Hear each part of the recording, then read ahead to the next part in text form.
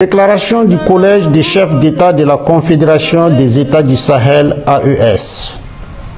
Soucieux de défendre la dignité de leur peuple, de préserver l'intégrité de leur territoire face aux velléités impérialistes et néocolonialistes, leur Excellence, le capitaine Ibrahim Traoré, président du Faso, chef de l'État, le général d'armée Assimi Goïta, président de la transition, chef de l'État du Mali, et le général de brigade Abdraman Chani, président du Conseil national pour la sauvegarde de la patrie, chef de l'État du Niger, ont créé le 16 septembre 2023 l'Alliance des États du Sahel.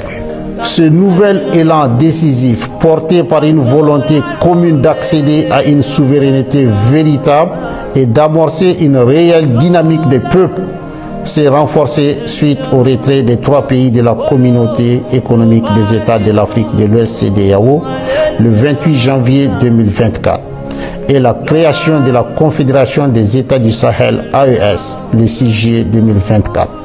Le Collège des chefs d'État de la Confédération AES constate que, depuis l'adoption de cette nouvelle posture stratégique, portée par des aspirations légitimes à la liberté et la paix, la junte française impérialiste sentant ses intérêts menacés, appuyée par certains chefs d'État de la sous-région, tente désespérément de porter un coup d'arrêt à la dynamique émancipatrice enclenchée par l'AES.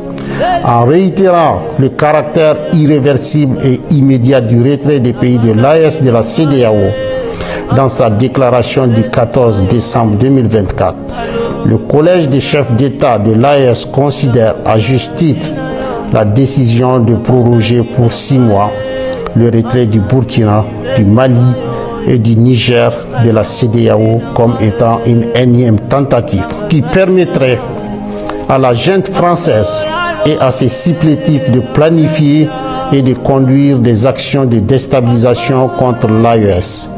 En lieu et place d'une gestion concertée entre l'AES et la CEDEAO des aspects techniques liés au retrait avec effet immédiat, le Collège des chefs d'État a été surpris de cette décision unilatérale de prorogation qui ne saurait lier les pays de l'AES.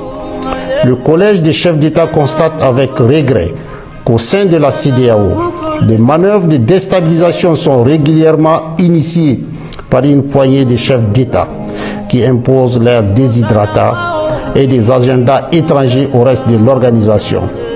À l'évidence, ces actions viennent prouver la question sécuritaire à laquelle s'attaquent avec succès les pays de l'AES dans la sous-région et dont le bénéfice profite à toute la région n'est pas une préoccupation réelle pour ces acteurs à la solde d'un maître aux abois.